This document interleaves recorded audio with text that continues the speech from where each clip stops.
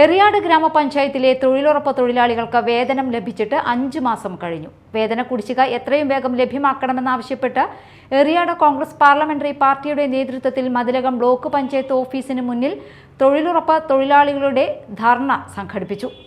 തുടർന്ന് BDOയ്ക്ക് നിവേദനവും നൽകി. എറിയാട് പഞ്ചായത്തിൽ 1,10,00,000 രൂപയാണ് തൊഴിലാളികൾക്ക് വേതനമായി ലഭിക്കാനുള്ളത്. കേന്ദ്ര സംസ്ഥാന സർക്കാരുകളുടെ തൊഴിലാളി വിരുദ്ധ നിലപാടുകളാണ് വേതനം ഇത്രയും വൈകാൻ കാരണം എന്നാണ് കോൺഗ്രസിന്റെ ആരോപണം.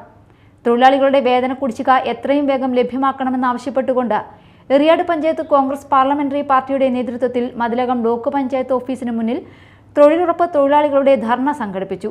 തുടർന്ന് BDOയ്ക്ക് നിവേദനവും നൽകി. മതിലകം ബ്ലോക്ക് പഞ്ചായത്ത് ഓഫീസിന് മുന്നിൽ നടന്ന ധർണ DCC സെക്രട്ടറി CS രവീന്ദ്രൻ ഉദ്ഘാടനം ചെയ്തു. എറിയാട് ഗ്രാമപഞ്ചായത്ത് അംഗം KS രാജീവൻ അധ്യക്ഷത വഹിച്ചു. മതിലകം സെന്ററിൽ നിന്നും ബ്ലോക്ക് ഓഫീസിലേക്ക് നടന്ന തൊഴിലാളികളുടെ പ്രകടനത്തിന് തൊഴിലുറപ്പ് ഭാരവാഹികളായ ഡൈനു ലോറൻസ്, ഐഷ മോഹനൻ, സുഹറ, ഷർമിള, റഹീന, മിനി, പ്ലാസ്കിന, രതി, പ്രമീള, സിന്ധു സജീവൻ, നിഷ, സുബൈദ, സുഹ്റാബി എന്നിവർ നേതൃത്വം നൽകി. Media time, Kodungallur.